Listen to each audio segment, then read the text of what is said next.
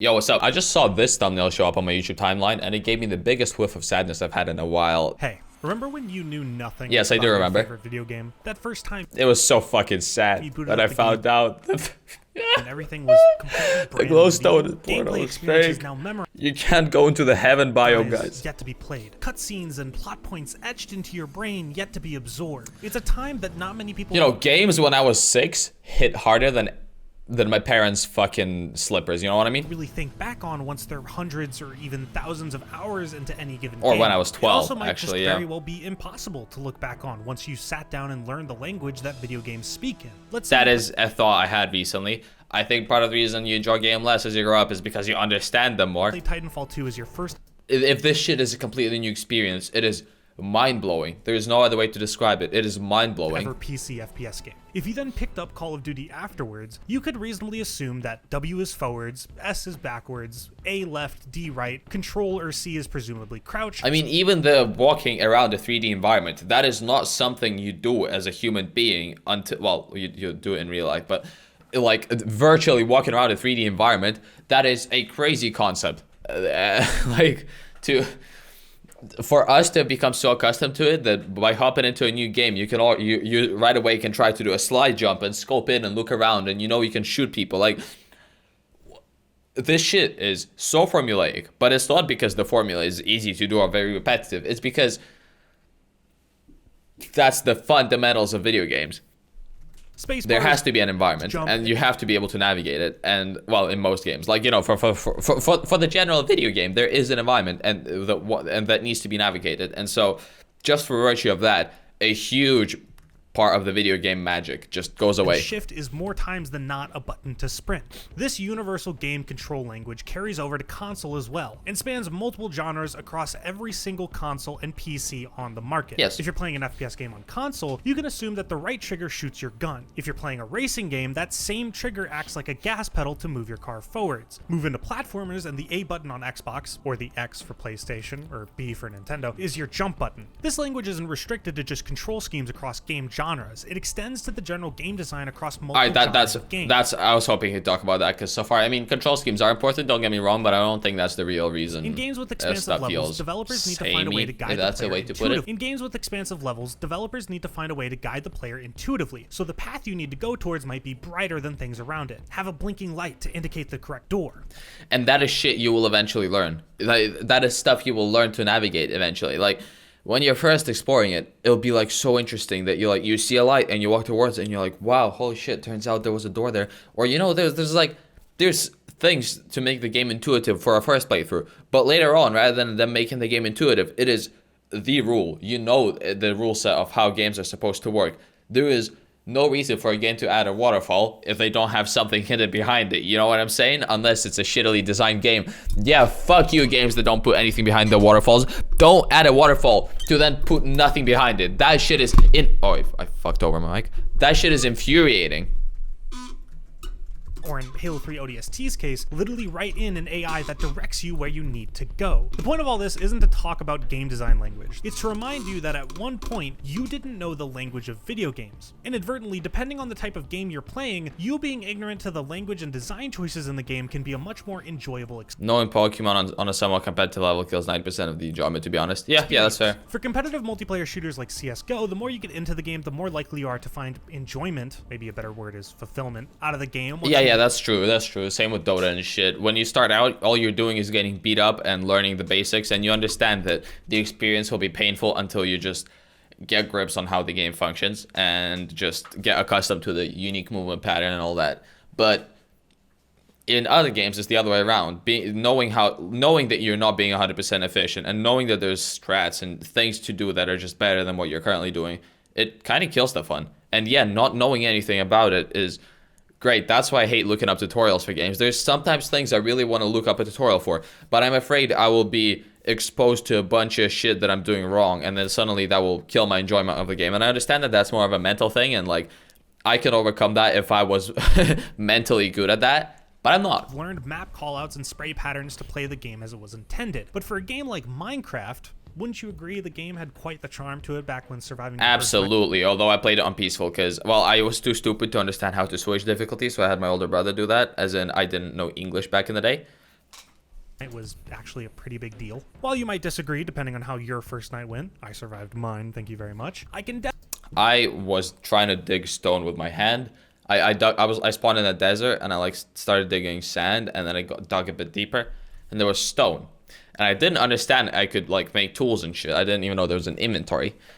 So I just kept punching the stone and it was very slow. And then I died to a zombie and that shit scared the dick out of me. And then I stopped playing Minecraft until until I got a little bit of help, or I grew up a bit or whatever. I don't remember exactly what happened. Definitely say that I found games much more interesting back when I had no clue that people made games for a job. I can vividly remember my first playthrough of Pokemon Soul Silver, and because I had no clue about budget restraints, time restrictions. As someone in the to reference a quote from the other video by this same guy we watched just like a minute ago, or I watched a minute ago. You're gonna see 2 hours after this one comes out, or before this one comes out. Oh yeah, you've already seen. Video games hit much harder when you're 12. Or hardware limitations, seeing an entirely separate region in the game for me to explore was a crazy ass surprise. It made me wonder just how much more there was in the game for me to explore. Special events. And you check out every single boundary of the game. I don't even do that all the time anymore. Sometimes I'm just content playing with the game, with the area of the game intends, because I understand intuitively that there's gonna be nothing outside of the game's boundaries. And I absolutely love when games break the mold. When I found out how big Hollow Knight was, that was a crazy moment for me. Like, I walked in a direction and I kept walking and I realized I'm blocked. But I see a little way I could keep going further, have some upgrade or something. I'm like, holy shit, does this game have like a double jump or a dash? Spoilers, it has both. Play Hollow Knight. Maybe there's even a third region that I could travel to. There wasn't, by the way. But this type of speculation took a while for me to grow out of. Countless hours spent playing Halo 3, playing through campaign missions again and again and again and again, just to see if anything would change. That maybe if I was a bit faster, I could save the Pelicans in the first mission. Hell, yeah, exactly. Because it didn't. As a nothing-year-old, right? You don't understand that there's limitations, and the reason the game has limits is because of dev time and whatnot, and they just physically can't program sub cutscenes in, and some shit would just be impossible to do on their current budget or timeline or schedule. I mean, that's not shit you think about. So to you, like when you're in a city in a game and there's the fucking outer edge of the world that's like, you know, kind of low poly and kind of out of distance, like in the old Spider-Man games, if you jump into the water, jump you back out, you know, towards the fucking thing.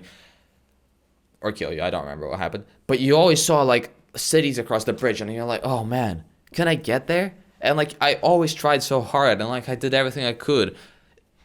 And in the end, yeah, I learned that no, I can't. But I didn't understand why I couldn't. I felt like I was just doing something wrong. Like just like this guy here. Skyboxes and forge maps, wondering what was beyond the confines of the game. Obviously, I'm now keenly aware of exactly how games are made. I watched countless documentaries explaining the ins and same. I think I've spent a few too many hours looking at the process of game development for whatever reason. Of making some of my I guess I really like ruining my own fun. Favorite games. Even sat down and watched a few videos firsthand that show me exactly what's beyond the limits of a game. And more often than not, it's nothing. Empty voids, developer textures. Yeah, you might see the occasional Easter egg or misplaced item, but it doesn't get rid of the fact that whenever I load up a game, I have a relatively good idea of just where and how far I'm able to go. Elden Ring was such a shock to me because of just how much game there was. Precisely what I talked about 30 seconds ago. I am so smart, guys. Can you please like and subscribe? I was so enthralled by the concept of seeing these beautiful, massive landscapes and buildings in the skybox. The fact that you could actually go to them is the crazy part.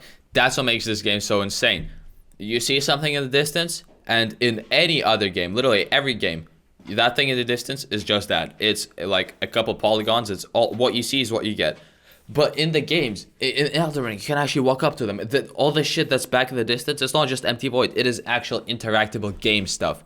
And then actually being able to go there and explore the areas that I thought would just be backdrops. I knew going into the game that it was an open world, but the fact that the game just kept going and... It was an open world. Like, you know, an open world. Jesus fucking Christ. Like, I expected, like, a normal type of open world, like, you know, Prototype 2 type of open world. But what I got is Elden Ring levels of gameplay. Just when the game would tell me that I can't go any further. But even when a game outright does tell me... I cannot wait for the day I get to complain about Pokemon Roblox. Holy that shit. I simply cannot go further. There's still a small part of me that wonders if there's a way to get there later. Roblox and Pokemon, there's a lot of very similar design choices in other games, but I'm assuming they're, you know, inspired by Pokemon. The game. I mean, hell, I'm not alone here. Pokemon straight up tells you, hey idiot, you can't walk out into the tall grass without a Pokemon. 7.1 million people, me included, still wants to see what happens anyway. Going back to the beginning of the video, someone's first introduction to a game is such an integral experience that I wish I could relive to get an idea of just what it was like for my favorite franchises. Aside from how cool it would be to experience the story of Halo 2 again without having memorized nearly every line, it would make my job of recommending it to people so much easier.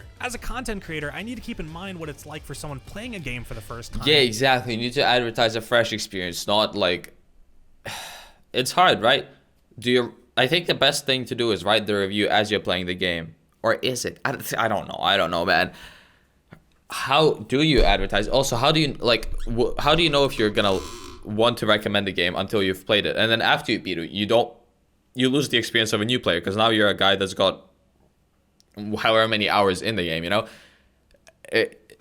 Yeah, that's a pretty big problem with a job. And whenever I recommend something. And with Halo as a franchise in its entirety, it's pretty much impossible for me to do that. Except like Halo Infinite, because that one was really recent. Sometimes it's also nearly impossible to play a classic, well-renowned game without already knowing what happens because of just how influential those games or their plot points were to the industry.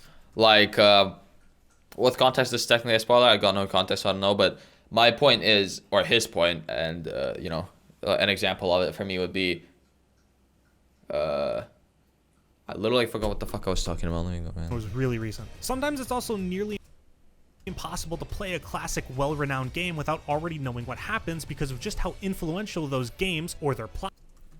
Yeah, you know, like the videos like this, for example, you know, I watch a lot of content about games on YouTube, and so what that leads to is me getting a shit ton of spoilers on a lot of games, and it makes me want to go play a lot of these games, but like not enough. You know, I get spoiled and they show me some stuff and I'm like, okay, cool, maybe I'll give the game a shot, and I kind of want to, but then at the end of the day I go and do my own thing, and I just like I just have these spoilers in my mind, so if I ever do come back to the game, I'll know when the crazy thing is coming up, and I think that's just a bit sad. Points were to the industry. I got to Portal 1 and 2 before I was ever spoiled, but with games like Half-Life 1 and 2, Final Fantasy 7, and Modern Warfare 1 and 2, I wasn't so lucky. I've never been spoiled on any of these games. Holy shit. Good call. Don't do it. Too, because taking Modern Warfare 1 and 2 as an example here, some of these moments won't hit as hard as it did to people who first played the games back in 2007 and 2009. I'm thankful that I'm at least unaware as to how both of these games end, but the shock of no Russian is kind of out the window. Speaking of first experiences, I already talked about Minecraft's first night, so I won't get into the nitty-gritty. Sorry, let's read that line of text. Shot. Need a bit of a break here. Can't just transition from no Russian to Minecraft. Okay. First experiences. I already talked about Minecraft's first night, so I won't get into the nitty-gritty details. I like how the music just fucking changes here, but there's a lot of first time finding diamonds. Yeah, exactly. First, I could list off here that can never really be experienced for the first time ever again. This isn't a mark against Minecraft, literally my fault for playing the game too damn much, but there's no more secrets left for me to find in the game. I just know too much. Memorized every single crafting recipe except for the fucking repeater. I'm really not sure how I fuck this up every time, but here we go. A lot of people have simply played Minecraft too much. It's the #1. I don't know the crafting recipe of half of the fucking redstone components. Not gonna lie, they feel like arbitrary. Like you can kind of guess the general shape, but you'll have to play around with it a lot, and usually I'll make the wrong thing. Like I'll slap a quartz where it's not supposed to be, and I'll just make the wrong thing. Dogs? The most popular game of all time. The amount of content going over Easter eggs or secrets or experiences have all been made and consumed. There's very few things I could show someone that they didn't know was already in Minecraft, especially me. I mean, an experience that maybe not everyone can relate with, but something I expect was making my first Aether portal. For anyone unaware, the Aether is a dimension in Minecraft. I saw this video on YouTube, and it had me so happy, man. I was like, holy shit, I'm gonna do this. So I went and I made this. I remember this exact thing. You know the pig with wings? Okay. So after sometime later, after trying this shit out on Minecraft Pocket Edition, because I had it on my phone, or tablet rather. I didn't have a phone with a screen back in the day. Well, with a screen isn't like with a touch screen. I played Pixel Gun 3D. Now, what about, or actually I think it used to be just called Pixel Gun. The 3D was added a few years later. In the very first version of Pixel Gun, one of the levels there that you had to go through was, it was called Sky Island, but I didn't know English at the time, so I called it Squeezeland. It had this, they basically recreated what I wish the Ether realm was in Minecraft, but in that game. That was so fucking sick to play on, man. Blocks, mobs, I was also like 6, so that could have played a part in how impressive I remember it being. and bosses unique to the Just dimension. You can reach the Aether by creating a nether portal out of glowstone instead and using a bucket of water to light the portal. The issue is that the Aether doesn't exist in Minecraft. It's a mod, not a dimension that was ever in the base game. Seeing these YouTubers make this portal and then travel to a sick new dimension was wild to me. It all seems so simple. Instead of obsidian, you use glowstone. How did I not think of this? My disappointment when I stared at the portal, water pushing me away from a monument to stupidity. I'll never live it down. This isn't to say that you can't have any experiences. Oh, what the fuck is this ultra kill level? I hope that's unmodded. Our solution to this issue is variety. Gaming experiences can always stay new the more you branch out and try things entirely different from what you've played previously. And hell, even if you really think you know as much as there is to know about every single genre of game out there, there's games built around the idea that the person playing them has this knowledge. The Stanley Parable makes an entire joke about this. Making sure they understand basic first-person video game mechanics and filling them in on the history of narrative tropes in video gaming, so that the irony and insightful commentary of this game is not lost on them. And while games in the future might really become these limitless sandboxes that you can explore infinitely, able to anticipate every single outcome someone has, I can be content knowing that even though I won't be able to go back and relive playing my favorite game ever for the Well, you very played it first once, time, and that was fun, right? Only thing I regret is not making videos of me playing those games. Really, like, I just wish I had videos of me being, not even like popular ones. It could just be like, let's play part 1, you know what I mean? I just wish I documented myself playing through these games with a face cam so I could see my own reaction. Like, I could come back to my own reaction of them like 10 years down the line and be like, man, that's what it was like to play this game. I could always find a new favorite game ever and experience that. I actually did that with my old channel.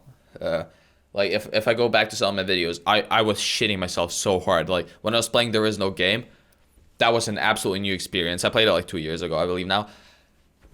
That was like the craziest thing I've ever played. 100% recommended to you if you haven't played it already. For the very first time. If you enjoyed the video, click on another. Oh wow, that's the end. Damn, that was the quickest 7 minutes of my life, and that's a lie. This was not 7 minutes. I ended up recording this for close to 20. We'll do the usual thing. If you open the description, you know it's his channel, blah blah blah. Let's check the comments. Ah yes, the time I made portals from Minecraft mods and got disappointed. Precisely. I guess we watched 2 of his videos now. Why am I still not subscribed? That's a crime.